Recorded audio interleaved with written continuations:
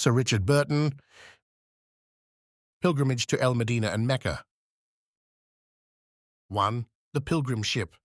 Sir Richard F. Burton, KCMG, was born at Barham House, Hertfordshire, England, March 19, 1821. He was intended for the church and spent a year at Oxford, but showed no clerical leanings and found a more congenial profession when he obtained a cadetship in the Indian Army in 1842.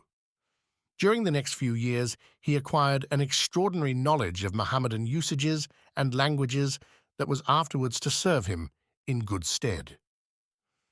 In 1849, he returned to England. In 1851, published 3 books on Indian subjects, and in April 1853 set forth on his cherished and daring project of visiting in disguise the sacred cities of Islam. The voyage was a particularly dangerous one, Burton frequently having to defend his life, though in so doing he never took another life during the whole of the journey. The account of his pilgrimage to Medina and Mecca was published in 1855.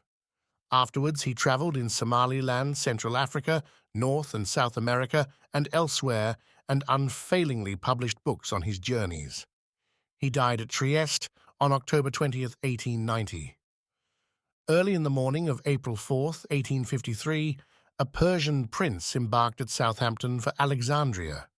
The prince was myself, about to undertake a journey for the purpose of removing that opprobrium to modern adventure, the huge white blot which on our maps still notes the eastern regions of Arabia. I had hoped to make a more extended tour, but the East India Company had only granted me a year's furlough, refusing the 3 years that I had asked on the ground that my project was too dangerous. The attempt was one that could not be made save in Mohammedan disguise, and in order to conceal my identity effectively, I had thought it prudent to assume this disguise ere leaving England. I was amply supplied with funds by the Royal Geographical Society. Several months were spent by me at Alexandria and Cairo in thoroughly familiarizing myself once again with Moslem tongues and usages, partly forgotten during a 4 years' stay in the West. I diligently studied the Quran and became an adept at Mohammedan religious practices, and my knowledge of medicine, by enabling me to set up as a doctor, brought me into the close contact with all classes of Moslems that I required for my purpose.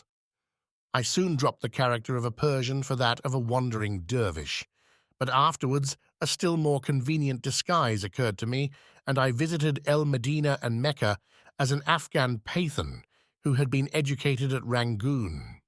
Pilgrims to the holy shrines arriving at Alexandria are divided into bodies and distributed to the 3 great roads, namely Suez, Qusair, and the Hajj route by land round the Gulf of Aqaba. My route was by Suez, and at Suez I and my fellow pilgrims had a long wait for a vessel to convey us to Yambu, the port of disembarkation for Medina. During this wait, I had vexatious difficulties over my passport, which were only solved by an appeal to the British consul. I must now briefly describe the party into which fate threw me. First of all comes Omar Effendi, a plump and beardless Circassian of yellow complexion and bilious temperament. He dresses respectably, pays regularly, hates the fair sex, has a mild demeanor, but when roused becomes furious as a tiger. His confidential Negro servant Saad, known as the Devil, was born and bred a slave, obtained manumission, and has wandered as far afield as Russia and Gibraltar.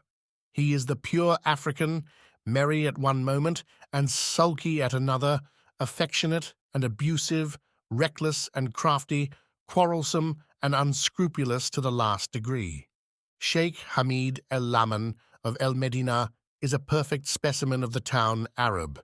His face a dirty brown, his beard untrimmed, his only garment an ochre-colored blouse, exceedingly unclean. He can sing, slaughter a sheep, deliver a grand call to prayer, shave, cook, fight, and vituperate. Salih Shakar is a Turk on his father's side, an Arab on his mother's. He is as avaricious as an Arab and as supercilious as a Turk. All these people borrowed money from me. To their number must be added Mohammed, a hot-headed Meccan youth whom I had met in Cairo and who appointed himself my companion, and Sheikh Nur, my Indian servant. Through the activity of Saad the devil, not disinterested activity, for he wanted to pay nothing himself and to make us pay too much, we were at last able to book passages on the vessel Golden Thread. Amid infinite clamour and excitement on a hot July morning, we boarded her, only to be threatened with loss of our places on the poop by a rush of Maghrabi pilgrims, men from Western Africa, desperately poor and desperately violent. Saad the devil disposed of the intruders by the simple process of throwing them into the hold. There, the Maghrabis fell out with a few Turks, and in a few minutes nothing was to be seen but a confused mass of humanity, each item indiscriminately scratching, biting, punching, and butting. A deputation of us waited upon Ali Murad, the owner, to inform him of the crowded state of the vessel. He told us to be good and not fight, to trust in Allah, and that Allah would make all things easy for us. His departure was the signal for a second fray. This time the Maghrabis swarmed towards the poop like angry hornets. Saad provided us with a bundle of long ashen staves, and we laid on with might and main. At length it occurred to me to roll an earthen jar full of water, weighing about 100 pounds, upon the assailants. After this, they shrank back and offered peace. It was 12 days before we reached Yambu. The vessel had no compass, no log, no sounding line, nor even the suspicion of a chart. Each night we anchored, usually in one of the many inlets of the Arabian coast, and when possible, we went ashore. The heat during the day was insufferable, the wind like the blast of a lime kiln. We lay helpless and half senseless, without appetite and without energy, feeling as if a few more degrees of heat would be death. Nothing, on the other hand, could have been more delicious than the hour of sunrise. The air was mild and balmy as that of an Italian spring. The mountains, grim and bare during full daylight, mingled their summits with the jasper tints of the sky. At their base ran a sea of amethyst. Not less lovely was the sunset, but after a quarter of an hour its beauty faded, and the wilderness of white crags and pinnacles was naked and ghastly under the moon. On arriving at Yambu, we had to treat for camels and make provision for the 7 days' journey to El Medina. As I had injured my foot on the voyage, I bought a shugduf or litter, a vehicle appropriated to women and infirm persons. It had the advantage that notes were more easily taken in it than on a dromedary's back. At 7 p.m. on July 18th, we passed through the gate of Yambu and took a course due east. My companions, as Arabs will do on such occasions, began to sing. 2. In the footsteps of Mohammed, our little party consisted of 12 camels, and we travelled in Indian file, head tied to tail, with but one outrider, Omar Effendi, whose rank required him to mount a dromedary with showy trappings. In 2 hours, we began to pass over undulating ground with a perceptible rise. At 3 in the morning, we reached the halting place and lay down to sleep. At 9, we breakfasted off a biscuit, a little rice, and milkless tea, and slept again.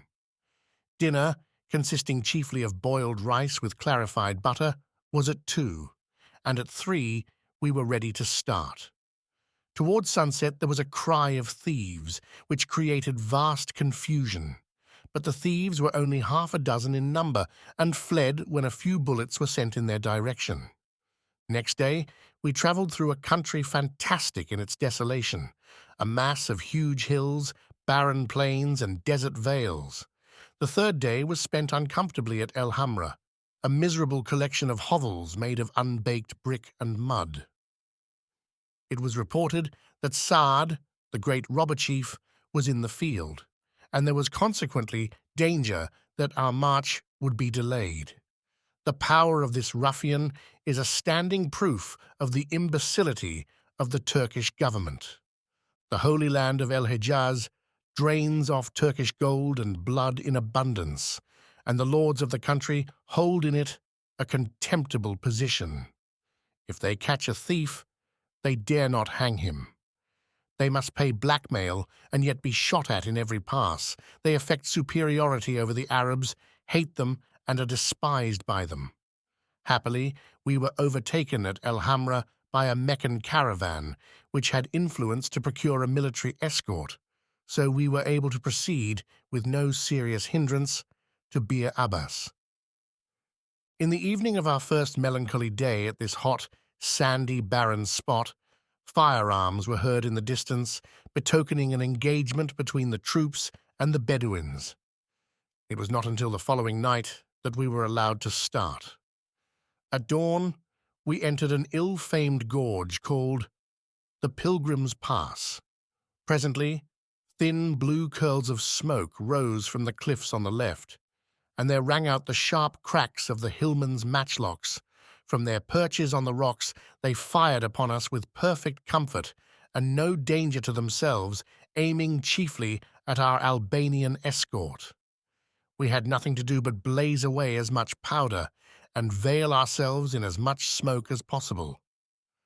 We lost 12 men in the affair, besides several of the animals.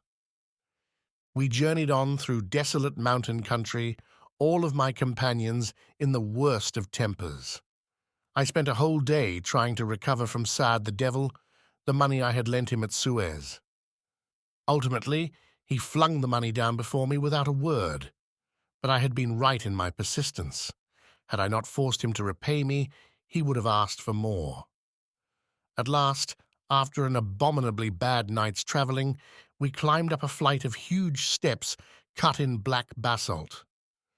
My companions pressed on eagerly, speaking not a word. We passed through a lane of black scoria with steep banks on both sides. "O Allah, this is the sanctuary of the Prophet. O open the gates of thy mercy. O Allah, bless the last of prophets with blessings in number as the stars of heaven. Live forever, O most excellent of prophets." Such were the exclamations that burst from our party as the holy city, the burial place of Mohammed, lay before us in its fertile girdle of gardens and orchards. At our feet was a spacious plain, bounded in front by undulating ground, on the left by the grim rocks of Mount Ohod, on the right by the gardens of Kuba. On the northwest of the town wall was a tall, whitewashed fort, partly built upon rock. In the suburb, El Munakah, near at hand, rose the brand-new domes and minarets of the 5 mosques. Farther away to the east could be seen the gem of El Medinah, the 4 tall towers, and the flashing green dome under which rest the Prophet's remains. We proceeded towards the gate, from which an eager multitude poured forth to greet friends in the caravan. I took my abode with Sheikh Hamid, who abandoned his former dirt and shabbiness and appeared clean, well-dressed, and with neatly trimmed moustache and beard. He was to pilot me through the intricate ceremonies of the visits to the Prophet's tomb and the other holy places, and in the evening I set out with him for the Haram, or sanctuary of the Prophet. The Prophet's mosque at El Medinah is the second of the 3 most venerable places in the world, according to Islamic belief. It is peculiarly connected with Mohammed, as Mecca is with Abraham and Jerusalem with Solomon. On entering it, I was astonished at the mean and tawdry appearance of a place so venerated in the Moslem world. There is no simple grandeur about it, as there is about the Kaaba at Mecca. Rather does it suggest a museum of second-rate art, decorated with but pauper splendor. The mosque is a parallelogram about 420 feet in length by 340 broad, and the main colonnade in the south of the building, called El Rawza, the garden, contains all that is venerable. Sheikh Hamid and I fought our way in through a crowd of beggars with our hands behind us, and beginning with the right feet, we advanced towards the holy places. After preliminary prayers at the Prophet's pulpit, we reached the mausoleum, an irregular square in the southeast corner, surrounded by walls and a fence. Three small windows enable one to peer at the three tombs within, Mohammed's, Abu Bakr's, and Omar's. After long praying, I was permitted to look through the window opposite the Prophet's tomb. I could see nothing but a curtain with inscriptions and a large pearl rosary denoting the exact position of the tomb. Many other sacred spots had to be visited and many other prayers uttered ere we left the building. The principal places of pious visitation in the vicinity of El Medina are the mosques of Quba, the cemetery El Baqiyah, and the martyr Hamza's tomb at the foot of Mount Uhud, the scene of one of Muhammad's most famous battles. The mosques of Quba are the pleasantest to visit, lying as they do among the date palm plantations, amid surroundings most grateful to the eye, weary with hot red glare. There were green, waving crops and cool shade, a perfumed breeze, strange luxury in El Hejaz, small birds warbled, tiny cascades splashed from the wells. The Prophet delighted to visit one of the wells at Quba, the Bir el Aris. He would sit upon its brink with bare legs hanging over the side. He honored it, moreover, with expectoration, which had the effect, say the historians, of sweetening the water, which before was salt. On August 28th arrived the great caravan from Damascus, and in the plain outside the city there sprang up a town of tents of every size, color, and shape. A tribal war prevented me from carrying out my intention of journeying overland to Muscat, so I determined to proceed to Mecca with the Damascus caravan. Accordingly, on August 31st, I bade farewell to my friends at El Medina and hastened after the caravan, which was proceeding to Mecca along the Darb el-Shaki, or Eastern Road. I had escaped all danger of detection at El Medina, and was now to travel to Mecca along a route wholly unknown to Europeans. Third, at the shrine of the Prophet. Owing to the caravan's annoying practice of night marching, in accordance with the advice of Muhammad, I could see nothing of much of the country through which we traveled. What I did see was mostly a stony and sandy wilderness with outcrops of black basalt. Occasionally we passed through a valley containing camel grass and acacia trees, mere vegetable mummies, and surrounded with low hills of gravel and clay. At a large village called El Sufayna, we encountered the Baghdad caravan and quarreled hotly with it for precedence on the route. At the halt before reaching this place, a Turkish pilgrim had been mortally wounded by an Arab with whom he had quarreled. The injured man was wrapped in a shroud, placed in a half-dug grave, and left to die.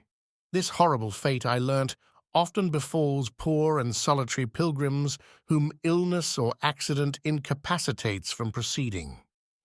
At El Zariba, an undulating plain amongst high granite hills, we were ordered to assume the ihram, or garb that must be worn by pilgrims at Mecca. It consists simply of 2 strips of white cotton cloth with narrow red stripes and fringes. The women donned white robes and hideous masks of palm leaves, for during the ceremonies their veils must not touch their faces. We were warned that we must not quarrel or use bad language, that we must not kill game or cause animals to fly from us, that we were not to shave or cut or oil our hair or scratch save with the open palm, and that we must not cover our heads. Any breach of these and numerous other rules would have to be atoned for by the sacrifice of a sheep. A short distance beyond this point, we had a lively skirmish with robbers, during which I earned a reputation for courage by calling for my supper in the midst of the excitement. Mecca lies in a winding valley and is not to be seen until the pilgrim is close at hand. At length, at 1 o'clock in the morning, in the course of our 11th march since leaving El Medina, I was aroused by general excitement. "Mecca! Mecca!" cried some voices. "The sanctuary! Oh, the sanctuary!" exclaimed others. I looked out from my litter and saw by the light of the southern stars the dim outlines of a large city. We were passing over the last ridge by an artificial cut and presently descended to the northern suburb. I took up my lodgings at the home of a boy, Mohammed, who had accompanied me throughout the pilgrimage. The Kaaba, or House of Allah, at Mecca, which has already been accurately described by the traveller Burckhardt, stands in an oblong square, enclosed by a great wall, 257 paces long and 210 broad. The open space is surrounded by colonnades, united by pointed arches and surmounted by domes. The Kaaba itself is an oblong, flat-roofed structure, 22 paces long and 18 broad. The height appears greater than the length. It is roughly built of large, irregular blocks of the grey Mecca stone. It is supposed to have been built and rebuilt 10 times, first by the angels of Allah before the creation, secondly by Adam, thirdly by his son Seth, fourthly by Abraham and his son. The eighth rebuilding was during the lifetime of the Prophet. On the morning of our arrival, we bathed and proceeded in our pilgrim garb to the sanctuary. There it lay, the bourne of my long and weary pilgrimage. Here was no Egyptian antiquity, no Greek beauty, no barbaric gorgeousness. Yet the view was strange, unique, and how few have looked upon the celebrated shrine.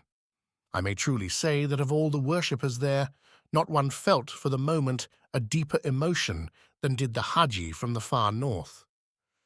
But to confess humbling truth, theirs was the high feeling of religious enthusiasm. Mine was the ecstasy of gratified pride. After drinking holy water, we approached as near as we could to the sacred black stone, the subject of so much sacred Oriental tradition, and prayed before it. The stone was surrounded by a crowd of pilgrims, kissing it and pressing their hearts against it. Then followed the ceremony of circumambulation. 7 times we passed round the Kaaba, which was draped in a huge dark curtain, to which pilgrims clung weeping. The boy Muhammad, by physical violence, made a way to the black stone. While kissing it, I narrowly observed it, and came away persuaded that it is a big aerolite. After several other ceremonies, I left the holy place thoroughly exhausted. I did not enter the interior of the Kaaba until later. Nothing could be more simple. A marble floor, red damask hangings, 3 columns supporting the crossbeams of the ceiling, many lamps said to be of gold, and a safe of aloe wood, sometimes containing the key of the building, were all that was to be seen. Many pilgrims refuse to enter the Kaaba for religious reasons. Those who tread the hallowed floor are bound, among many other things, never again to walk barefooted, to take up fire with the fingers, or to tell lies. These stipulations, especially the last named, are too exacting for Orientals. Mecca is an expensive place during the pilgrimage. The fees levied by the guardians of the Kaaba are numerous and heavy. The citizens make large sums out of the entertainment of pilgrims. They are, for the most part, covetous spendthrifts, who anticipate the pilgrimage by falling into the hands of the usurer, and then endeavor to skin the richer Hajis.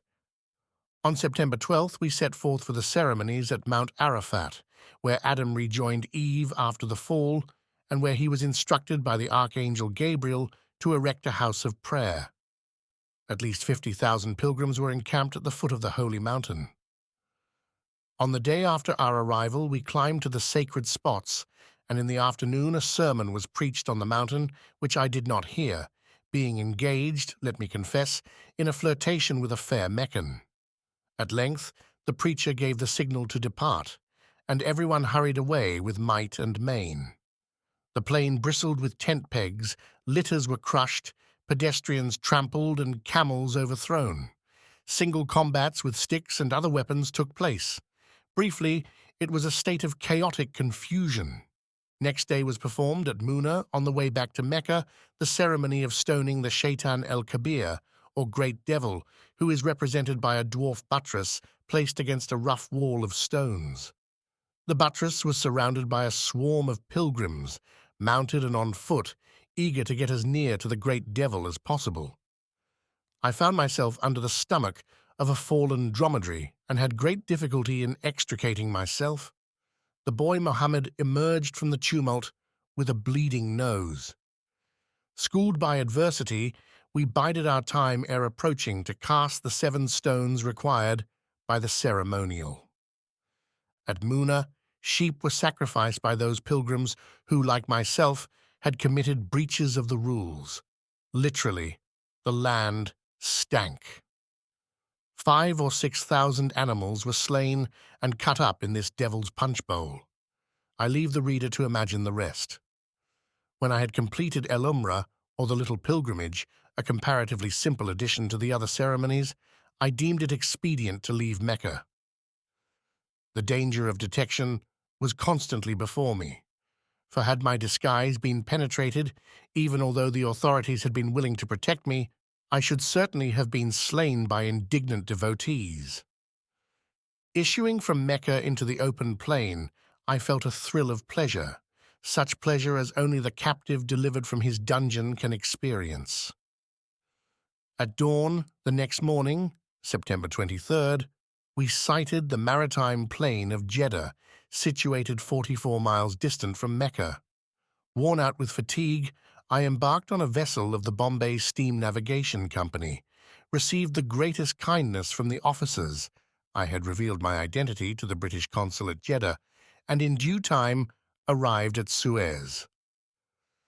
Let me conclude in the words of a long-dead brother traveller, Fahian, I have been exposed to perils, and I have escaped them, and my heart is moved with emotions of gratitude that I have been permitted to effect the objects I had in view.